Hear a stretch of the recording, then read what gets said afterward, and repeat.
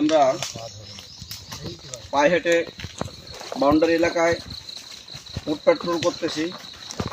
আমরবনিয়া ক্যাম্পের স্টাফ এবং সিপিজি সদস্য সহ, যাতে কোনো ধরনের আমাদের বনের ভিতরে দুষ্কৃত লোক প্রবেশ করতে না পারে। ডিউটি করতে করতে ক্লান্ত হয়ে গেছি, এখন গভীর বনের ভিতরে ঢুকে গেছি, পোড়া মহলের ভিতরে চলে আসছি। এই গাছটার নাম হলো বনবকুল। একটি লতা তাকে এমন ভাবে পেঁচে পেঁচে লতাটা উপরে উঠে গেছে, মনে হচ্ছে একটা রিং পড়ে গেছে। মানে এমন একটা অবস্থা, এই লতাটাই এই গাছটাকে মনে হচ্ছে যে মেরে ফেলবে।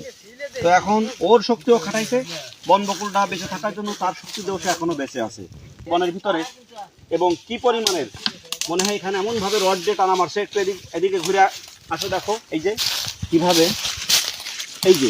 কিভাবে টানা দিছে, টানা দিয়া কিভাবে তাকে পেঁচায় শক্তি দিয়ে দিয়া এই বনবকুলটাকে, এই লতাটা উপরে উঠে চলে গেছে। আপনারা দেখেন এই লতাটার গোড়া মাটিতে, এবং এখান থেকে সে উঠে এবং সে এই গাছটাকে কিভাবে পেঁচে পেঁচে উঠে গেছে।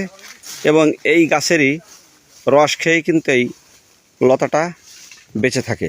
এবং দূর থেকে মনে হবে যে একটি সাপ গাছ বেয়ে উপরে উঠে যাচ্ছে। সুন্দরবনের ভিতরে দেখেন অনেক ধরনের গাছ এবং অনেক ধরনের লতা বিভিন্নভাবে একটার সাথে একটা সংযোগ করে বেঁচে আছে। যা হোক, সবাই ভালো থাকবেন, ধন্যবাদ।